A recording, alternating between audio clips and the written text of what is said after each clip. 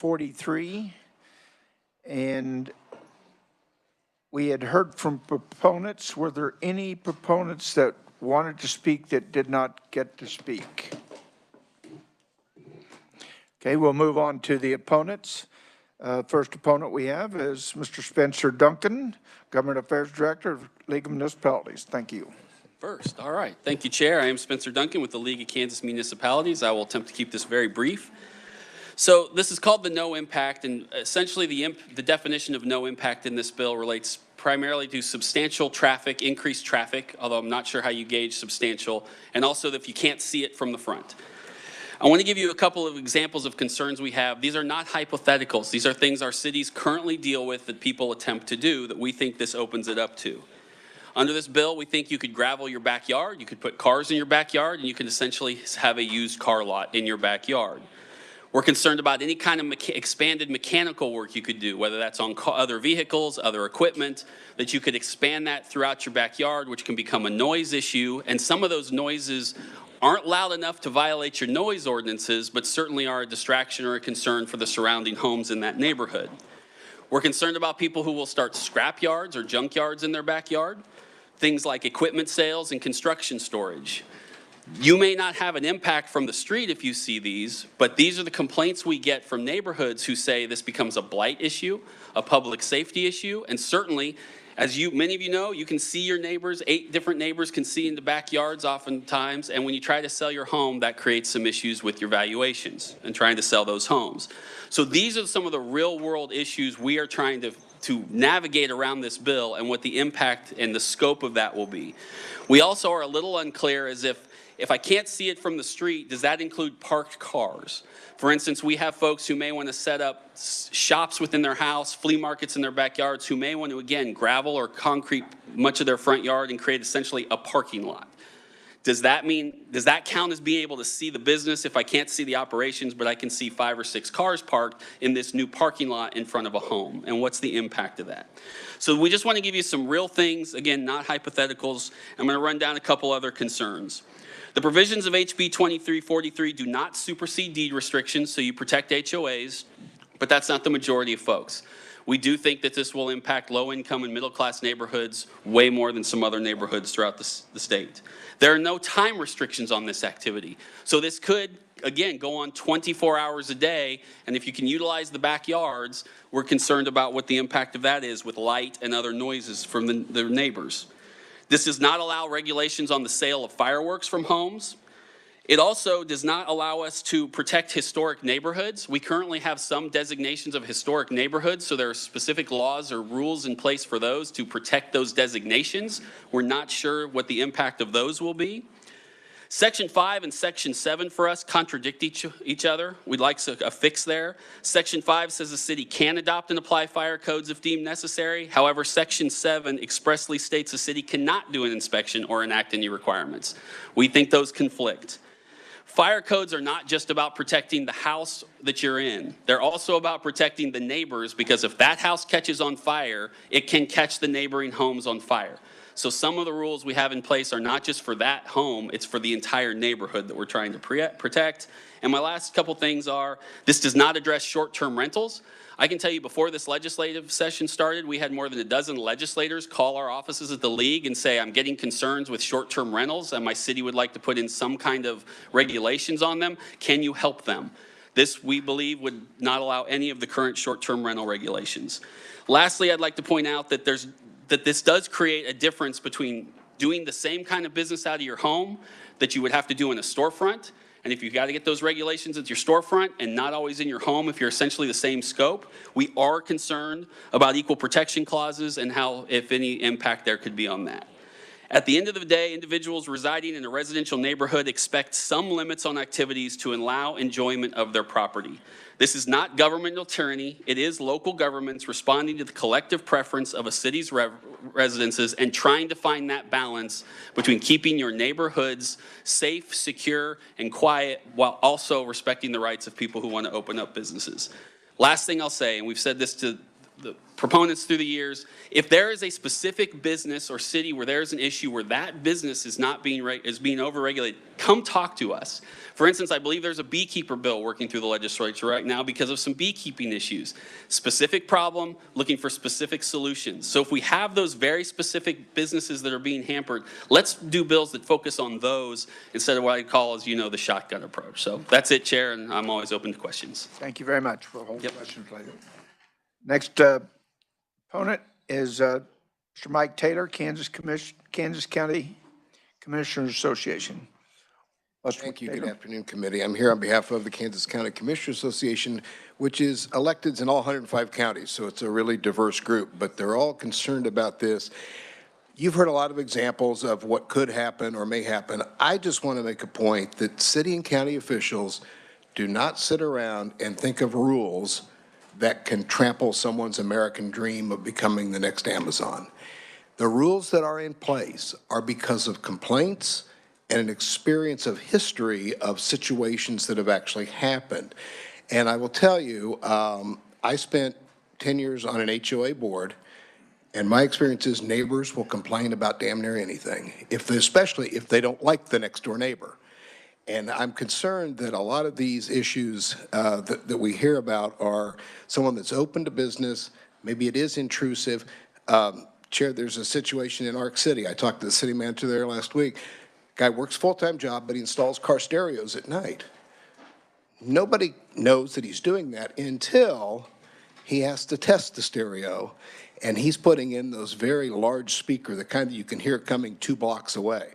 And his neighbors who are trying to go to bed at 8 o'clock, at 9 o'clock, 10 o'clock at night, that's disturbing their peace. So is it a no-impact business? Well, it is most of the time until those few minutes when he tests those stereos. So there's an example that the city manager in Arc City said, we had a hard time trying to regulate that because technically it violated the noise ordinance, but only for about 5 minutes at a time. So there's an example. But I would just say that we're not trying to stop businesses from pursuing their dreams. We just think that there needs to be fair playing field and between storefront businesses, home businesses, and also, as was pointed out, we're worried about some public safety kind of issues as well, fire or health codes. If someone decides they want to open a bakery out of their house, are they following safety codes to make sure that they're not poisoning their neighbors? So I would just make those points, and I would say that if this bill passes, we won't at the city and county level be able to deal with those complaints. But you all as legislators might get a lot more phone calls. Thank you. I'll stand for questions if there are any. Next conferees, Mr. Jay Hall, Kansas Association of Counties. Thank you, Mr. Chair. Jay Hall, Deputy Director, General Counsel for the Association of Counties. A lot of my points have been made, so I will just make the neighbor point.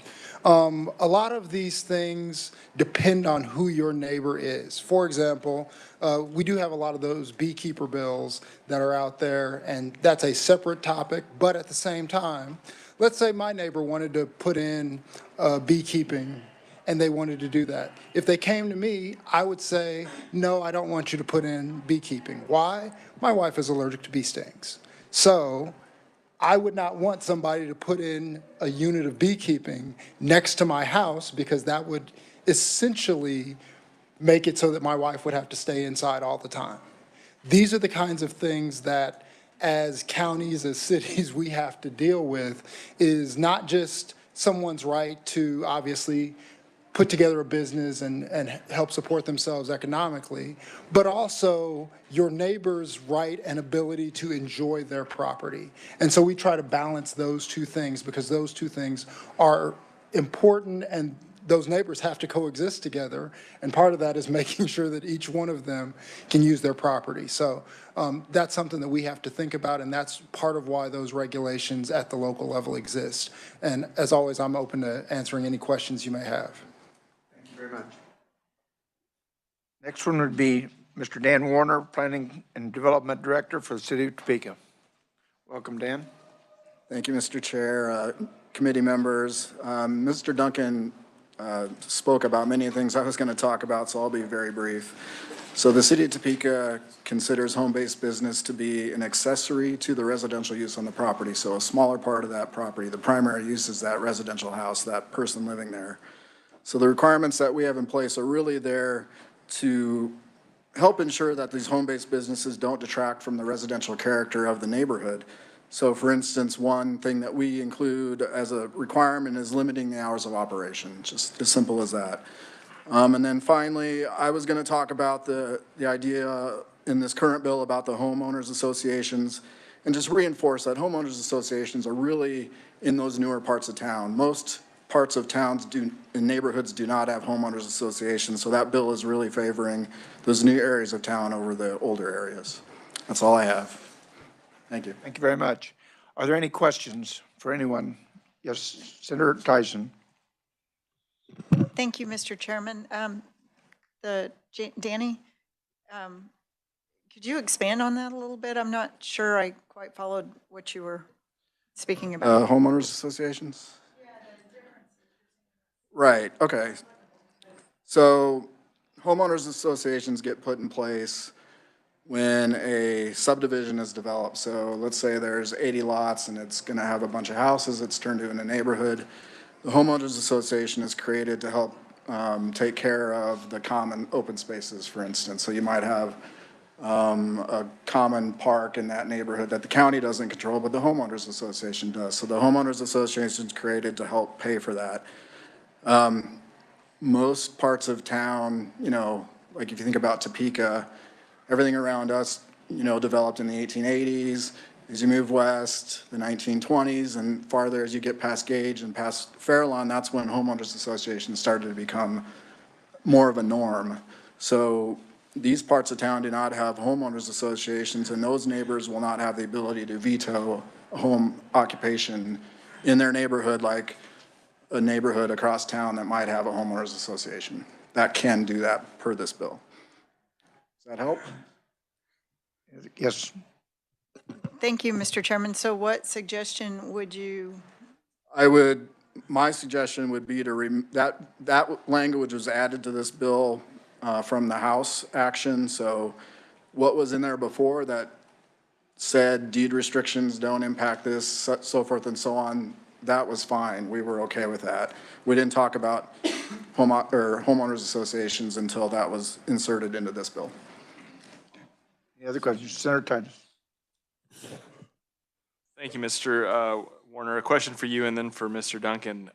You mentioned food, but you can't operate a commercial kitchen without a license from the state. So is the city of Topeka additionally licensing people that produce food and sell it out of their homes? Because I'm sure that's happening a lot. I didn't mention food specifically, but we get complaints about people selling food out of their home. And that's something that we enforce. We don't necessarily say you can't do that. If people are coming to your house and you have a restaurant in your house, that might be something that we don't think is a good idea. But if they're making food and taking it somewhere, then that's probably not something we're regulating. Mr. Duncan. We don't do anything over food. We do permit commercial, though, equipment. So if you want to put in a commercial pizza oven, you do need a permit to make sure it's vented. And so I'm not sure how this bill. Right, but I'm not sure how it impacts that. But in order to make that food, if you wanted that, so just to, but yes, we didn't say food, so. So first question, you gave looking through the bill, you gave the example of people paving over their backyard. Is it illegal if I wanted to pave over my backyard in Topeka, for example, right now? No, And you can would gravel be it or illegal pave it. for me to park my car back there? Park it, no. If My point was if you put 6 cars back there and you operate a car, or 5 have cars, 4 I think is the children minimum. that can drive, is it illegal for me to put them back there? No, If they come to my house 4 days a week, is it illegal? no. Thank you for having fun with me. But the other question I asked, so I'm just reading through, so section 5 pretty clearly states you can put in place regulations for noise control, any building codes, fire codes, any health or public safety issues. Everything you said could be a problem. It appears that this bill gives municipalities authority to regulate them if they're actually a problem. Well, our first concern, though, was then section 7. which we think it's somewhat contradictory to Section 5. Now, you're the lawyer. I'm just telling you what my lawyer told me, and you could probably talk to him and maybe have that conversation. But that was, we think there's some, so that needs cleaned up. That was our point, is we're a little confused about those two sections. I mean, 7 is very narrow. It doesn't. Right, but, and I earlier. That's about zoning to change it out of residential areas, and there's a little bit about sprinkler systems, which would apply in very few cases. Right, but it also says I can't inspect to determine if it needs a sprinkler, right? I think that's if I can't actually do the inspection to decide if I should put a sprinkler in there, then how am I ever going to decide if it needs a sprinkler? Again, I think that's where some of the. Would just be about sprinklers, though, in this section. I believe so. I'm happy to again talk to John. Well, the but rest is just about complaints. It yes. felt like your statement was perhaps slightly overbroad on the. Okay, and it wasn't intended to be, but we do see some conflict there in those two sections. Thank you. And that was our point. It just needs cleaned up. Thanks. Any other questions or comments? Thank you. We're going to close the hearing on House Bill 2343. And, oh, we do, well, that's a neutral. Are you going to speak? I have you as a written only, is that correct? I was going to speak just for a second. Yes, I'm sorry, it is neutral only. Okay, State Fire Marshal, I won't take much of your time. Just want to point out there is a portion of this bill we're very concerned about. Words, oh, I'm sorry, 5 or 6 words in there, and we have that in our testimony. It basically would create a conflict between existing state law and in about 3 different places of the fire code. And so I've already spoke with Representative Turk about that. He has no objection to that removal of that. So I just wanted to bring that to the committees. It would cause issues if it were to go through as written. So that's in our testimony. Thank you. Thank you very much. Any questions? Okay, thank you. You do have written opposition only for about six people there, so it's in your packet. So we'll close the hearing on HB 2343. We do have a informational hearing on AIM-K Aviation, and we have about 7 minutes. Can we do it in 7 minutes? Yes. Okay. Thank you. Joshua Jefferson, Deputy Secretary of Kansas Department of Commerce. Welcome to committee. Thank you. Appreciate it, chairs, members of the committee. Name is Joshua Jefferson. I'm Deputy Secretary for the Department of Commerce. Also a pilot, an airframe and power plant technician, and for the last 12 years I was responsible to attract aerospace and defense projects to other markets. I'm now here in Kansas and trying to do that here. So AIM-K, or Aviation and Innovative Manufacturing in Kansas, is what that stands for, is a bill that really gives us a couple of new tools, but is really a slight enhancement to the Department of Commerce's incentive programs. Right now, the state of Kansas has about 135 active recruitment leads. And of those 135 recruitment leads, about 59% are manufacturing or aerospace related in that way. Really a big trend to point out to the committee is that a lot of these projects are rapid technological advancements in transportation manufacturing.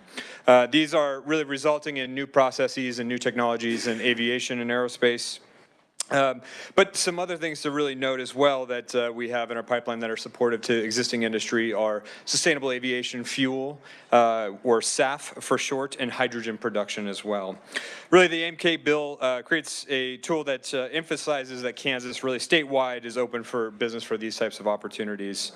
And really what we're trying to do is ensure that the state remains at the forefront of aviation and defense, and ensures that we keep our hat at the top for the aerospace capital of the world as well. It is important that this bill does really just slightly enhance the state's traditional incentives, really giving Kansas a competitive edge in the successful recruitment of these types of manufacturing opportunities. The bill does have meaningful clawbacks that are within, and it only awards benefits after companies meet the requirements to create jobs and really make the incentives as discussed within. AMK tool does establish the proper industries that would be potential qualifier. These are pursuant to NAICS codes that are within. A quick rundown of those: hydrogen production, sustainable aviation fuel. There is an R&D component to that as well. It does have headquarters as an a qualifier, and then component or sub-assembly manufacturers of aviation and emerging vehicle manufacturing as well. And then aircraft assembly and vehicle manufacturing. So some of the benefits of the program really are around training. This bill provides no cost access to any Kansas community college or technical college as the employer's choice. Providing supporting training of production workers. This ultimately has a reimbursement component of a $5 million cap within. This also provides a payroll tax component of up to 100% of the project employee payroll withholding tax as retained by the employer for up to 10 years. It's important to note that this is also similar to our existing PEAK program, which currently offers 95% of the project employee payroll withholding tax to companies. Capital investment tax credit up to 10% of total project capital investment is a refundable tax credit. Automatic 10% if the project does locate in a non-metropolitan area within Kansas. It's important to note also that this is paid over a 5-year period of the project. One of the things that we're really excited about is a Kansas First initiative as part of this as well. So qualified companies that procure at least 20 million of goods or services from existing Kansas companies will be eligible for an existing $1 million of incentives through this bill. And then, like all of our other programs as well, there is a sales tax exemption and abatement to the construction material sales tax on construction, renovation, or expansion of the qualifying project as well. This is a common component of our HPIP program that currently exists today. In my testimony, there is a nice little breakout of a comparison of our traditional incentives, Apex program that was used to land Panasonic, and then what HB 2308 is proposing as well. I won't go into that. I'll let you read that.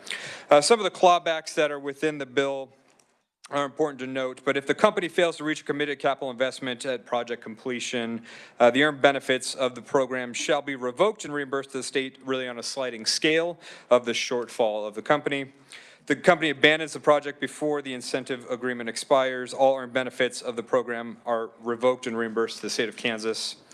And if employment drops below 90% of the committed jobs at any point after the project completion, but not to exceed 15 years from the date of the project, the Kansas tax exemption benefits shall be clawed back proportionally to Kansas as well. And lastly, this bill does have a sunset date within it. And just to kind of close for the committee, in the back of the testimony, I did provide a return on investment study and an ROI study for you. It's important to note this is a project that was this is not a project in our pipeline. This bill is not being created for any one project that we have in our pipeline. It's important to note that. But this does show you for a company that would potentially locate in Wichita and Sedgwick County, what that would look like across a 10-year period as well. With that, I'll stand for questions. Thank you very much. Absolutely. Questions?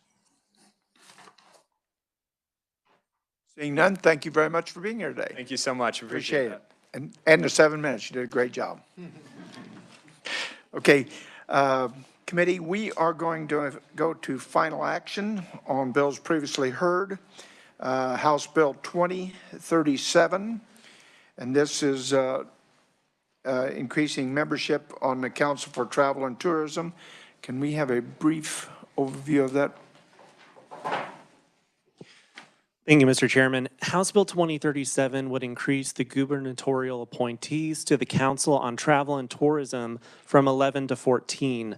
6 of the gubernatorial appointees would represent the general public, and 8 would represent specific organizations. Those organizations would send a list of 3 nominations to the governor. The bill would also amend the state matching grant program to equalize the allocation of grants to private and non-private entities. Under current law, non-private entities must receive a minimum of 75% of the grant monies.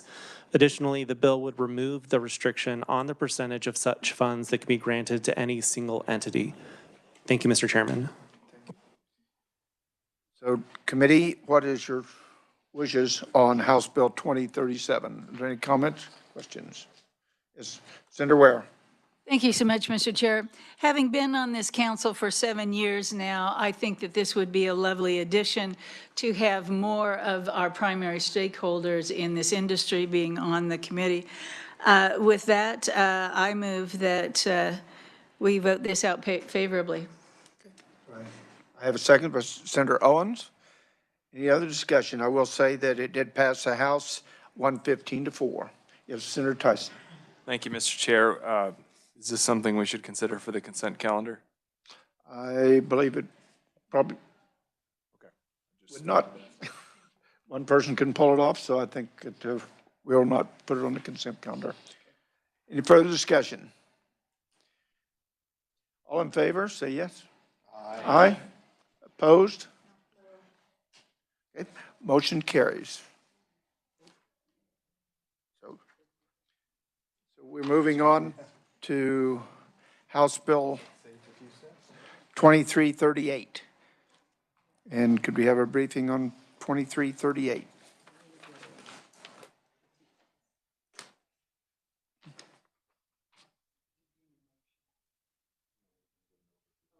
Overview. Mr. Chair, members of the committee, House Bill number 2338 would authorize the Board of Cosmetology to issue temporary location and temporary guest artist permits and establishes their criteria for those permits. The bill did pass the House on February 20th on a vote of 121-2. Any discussion? What is your wishes? Senator Dietrich? Thank you, Mr. Chair. I move that we pass out House Bill 2338 favorably for passage. I have a second. Second by Senator Ware. Any discussion? All in favor, say aye. Aye. Opposed? Motion passes. Move down to House Bill 2088. Could we get a briefing on 2088? Thank you, Mr. Chairman. House Bill 2088 concerns fast-track permits and other required approvals for single-family residential development. The bill would require local governments to issue approval or denial within 60 days of receiving the application for the building permit. The local government would also have a 15-day deadline from that same date of receipt to inform the applicant that the application is not complete. If notice of the incomplete application is sent within that 15-day period, then the 60-day clock would reset and then start when the complete application is finally submitted. If timely notice of an incomplete application is not sent, then the original 60-day clock would continue. These deadline requirements would not apply if an applicant agrees in writing to proceed with phased permitting. The bill would also require the Secretary of Health and Environment to issue a decision within 45 days on an application for the authorization to discharge stormwater runoff from construction activities under the Federal National Pollutant Discharge Elimination System general permit or a rainfall erosivity waiver. Thank you, Mr. Chairman. Thank you. Do you know if it was amended in the House?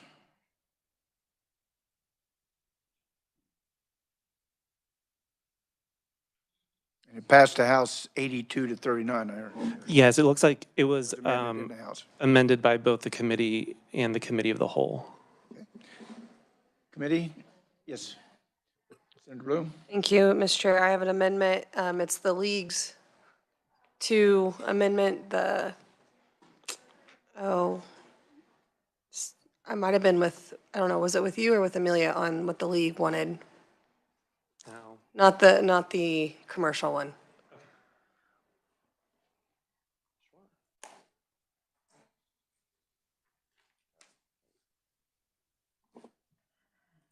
These are stapled. Yeah. And while they're being passed out, it's what the League of Municipalities came up and spoke on, and there are two amendments, and they met with one of the proponents, and the proponents were in favor of these two amendments. Get them handed out.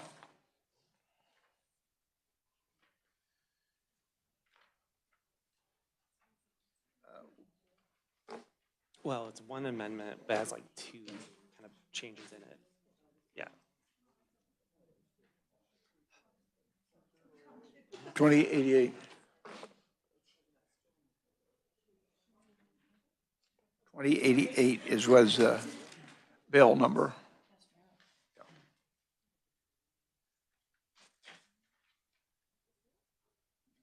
Even she's not sure. Say it's a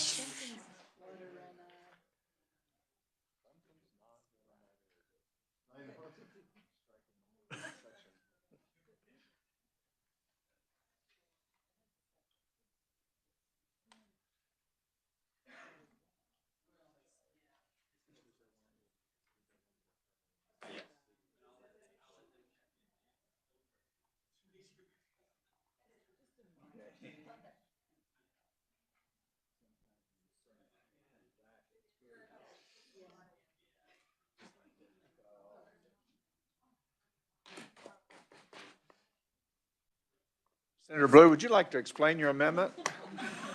Thank you, Mr. Chair. It is just, it's striking and what's in the bill and going back to current law on plating. Right?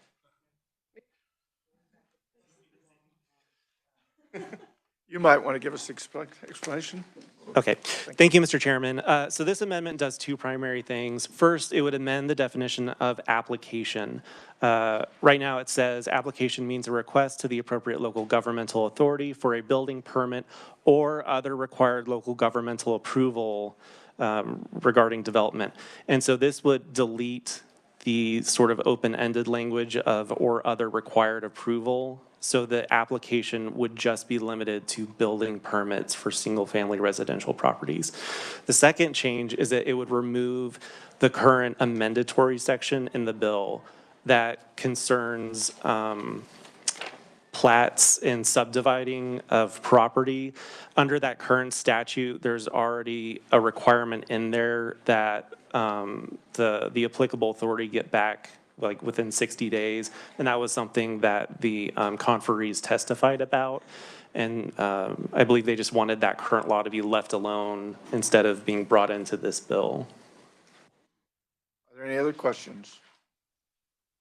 Do we have a second on the motion? Or have you moved you haven't moved your? No, I move my amendment. Do we have a second on the amendment? Motion been made, Senator Blue, seconded by Senator Owens. Any further discussion? All in favor? Say aye. Opposed? Motion carries. We're back on the bill. What is your wishes on Senate Bill or House Bill 2088? Yes, Senator Carson.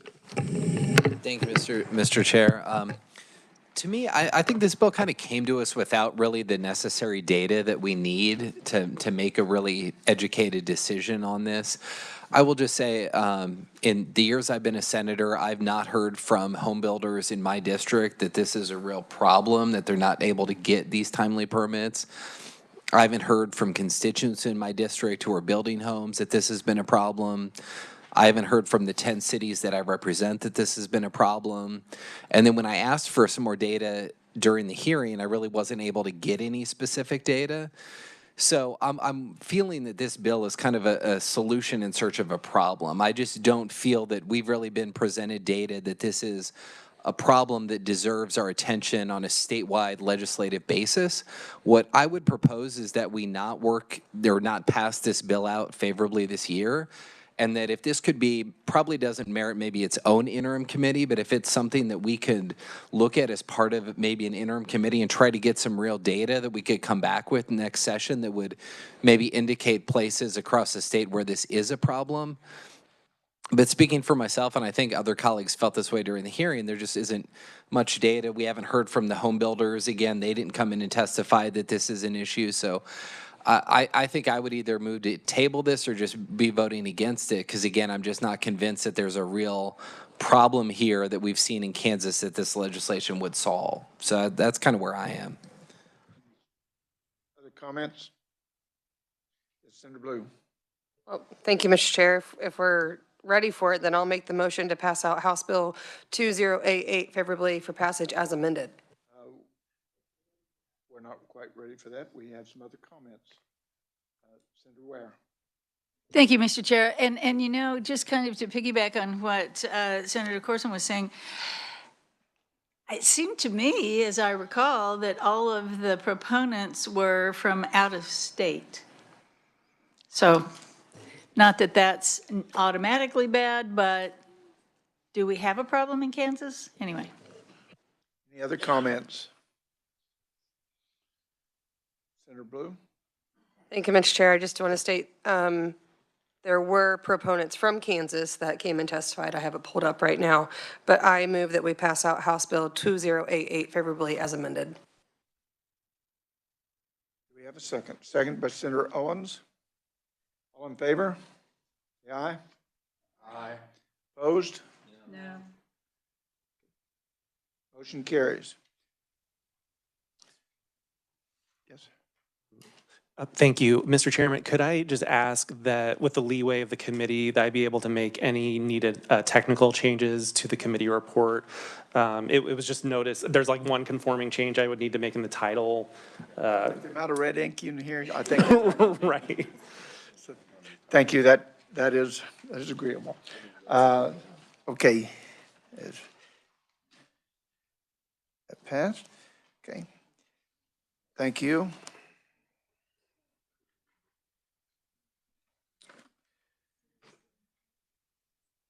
We are on moving to House Bill 23. Oh.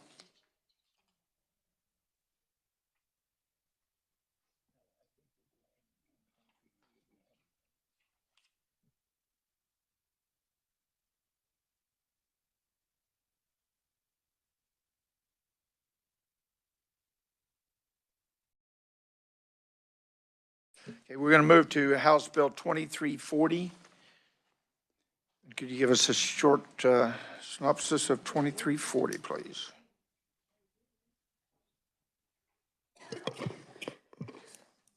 Mr. Chair, members of the committee, House Bill number 2340 relates to the responsibility for remediation costs associated with a property located in Johnson County.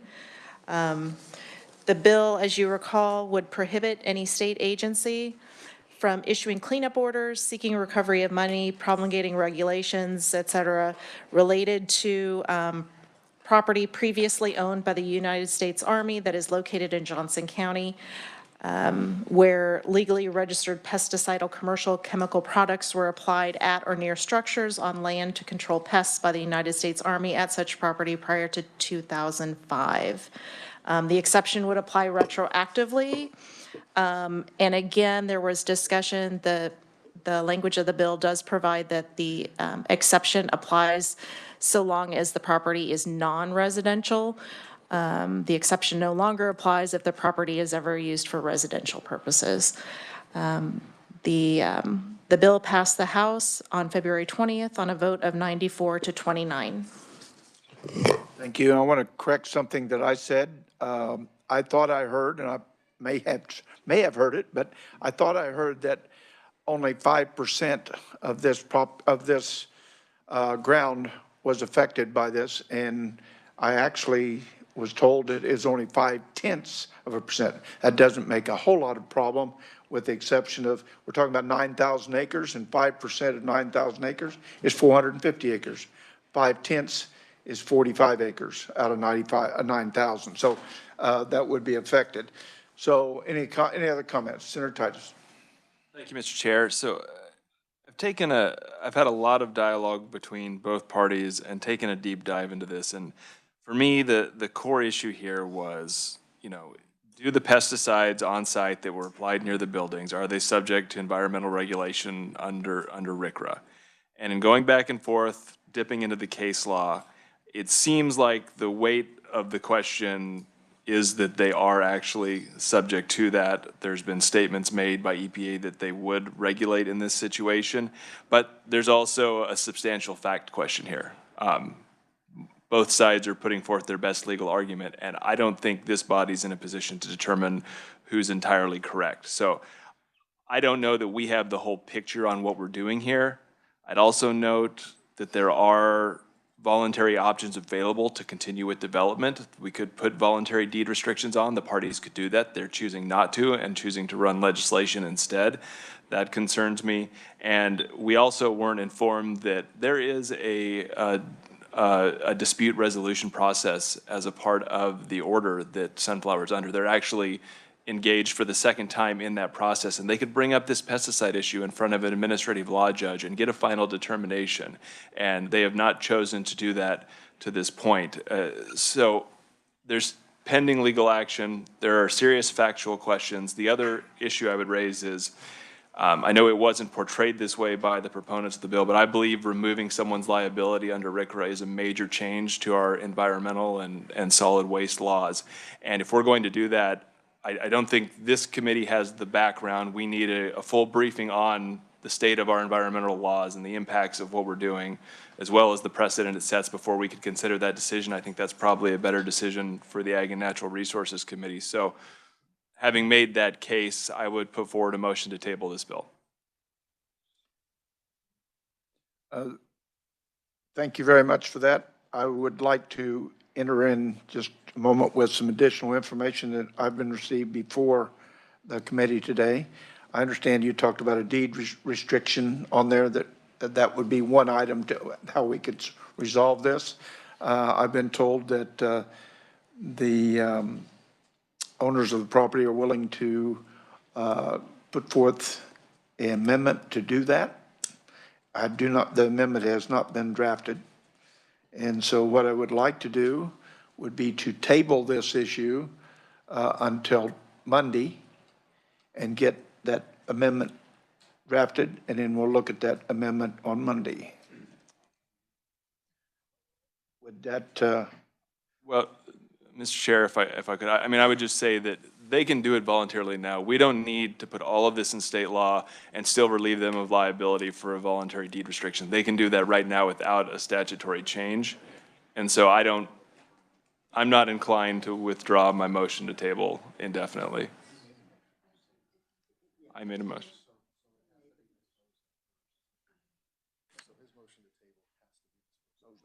Okay. Motion to table is on the table. Do we have a second? Motion been made and seconded. All in favor? Okay, yes, we do have requests for discussion. Do we have discussion on the motion to table?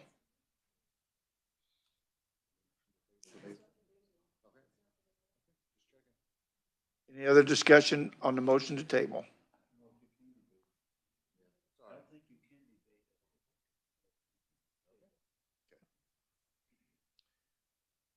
Since we had no discussion on motion to table, all in favor, say aye. Aye. Opposed? Okay. Motion carries. This item is tabled. We'll move on to House Bill, we got time? House Bill 2291. Thank you, Mr. Chairman. House Bill 2291 would create the Regulatory Relief Division within the Office of the Attorney General, and it would establish the General Regulatory Sandbox Program. The program would allow businesses to demonstrate innovative offerings without obtaining an otherwise required certification or registration. However, the program could not waive or suspend any state or federal licensing requirement or any tax, fee, or charge administered under Chapter 79, taxation of state law. The program would also be prohibited from waiving or suspending rules and regulations that are related to alcoholic beverages. An 11-person advisory committee would be established to advise the Regulatory Relief Division. The Regulatory Relief Office would be required to consult with applicable agencies.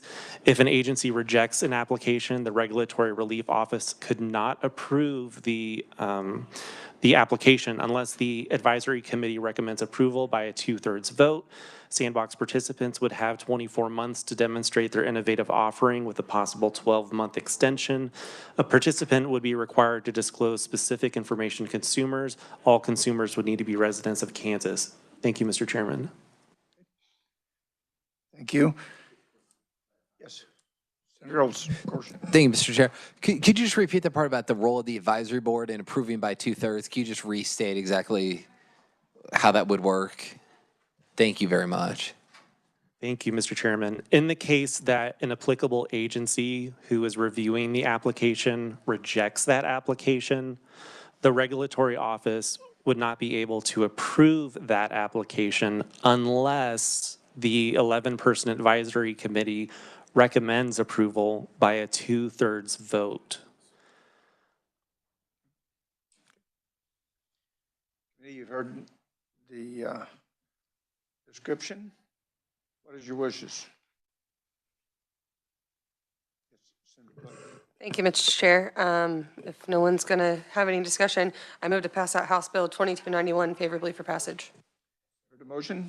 Motion been made by Senator Blue, second by Senator Reichman. Any further discussion? Senator Corson. Thank you, Mr. Chair. I tend to be against this for a couple reasons.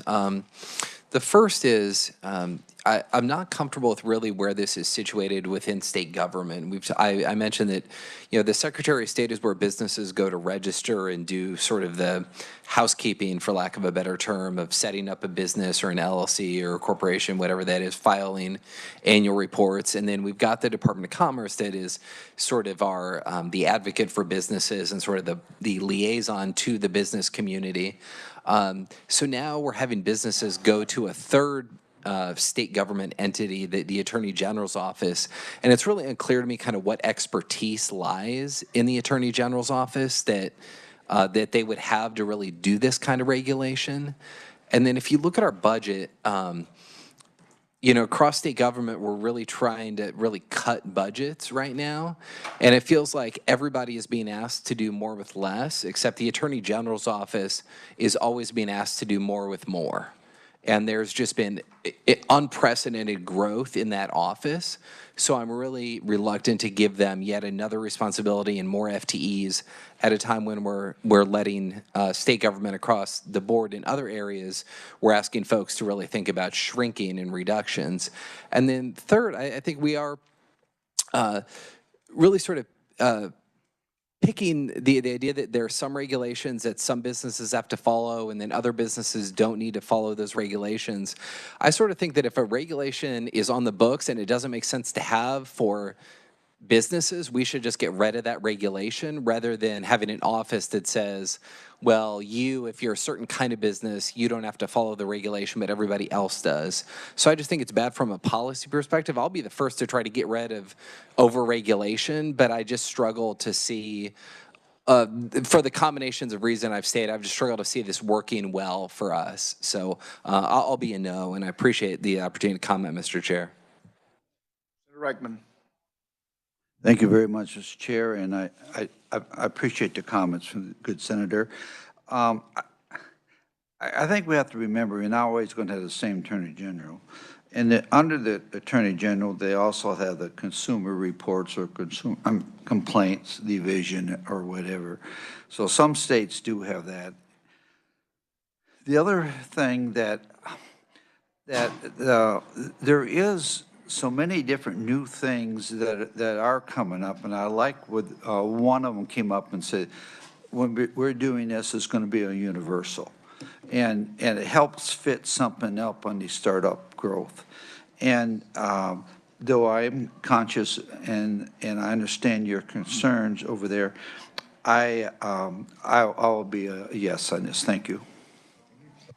Any further discussion? Yes, Senator Clues.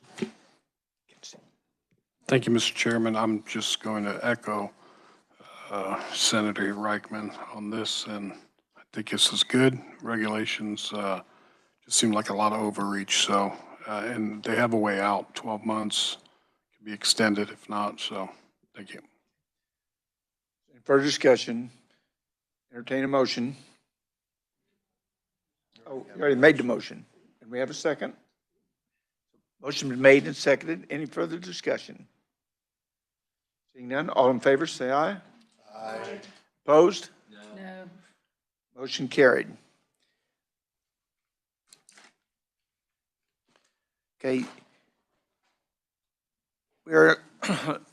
We are about out of time today, and so the last bill that I have on today's calendar was Senate Bill 2119, the tax credit for housing.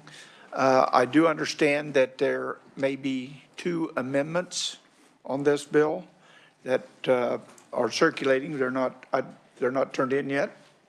And so what I would like to do would be to work that on Monday. We will not be meeting tomorrow on Friday.